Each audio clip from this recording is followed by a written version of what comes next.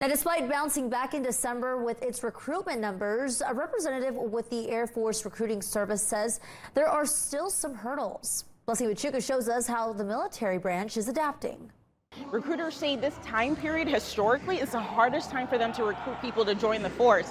And ironically, it's also around the same time where the top recruiters of the world are being honored.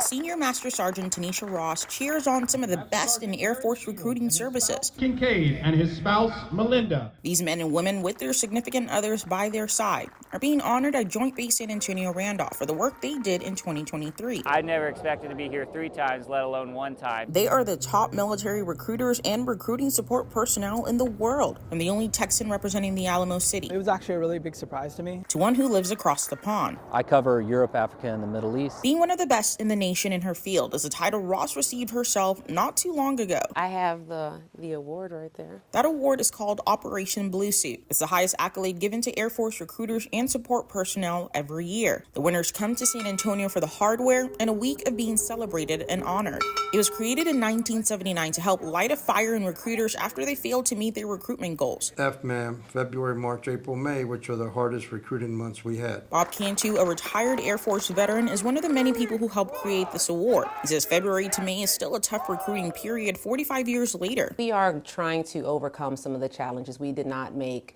our entrance mission for last fiscal year. However, we are in a much better place this time of year compared to last year. The 2020 Pentagon study found 77% of Americans 17 to 24 years old were not eligible to join the military without a waiver. That's a 6% increase from 2017. However, being eligible isn't the only hurdle. Recruiters say familiarity is also a problem. Since 1995, we've seen a dramatic drop in those influencers, the ones that are familiar with the Air Force and what the opportunities it presents.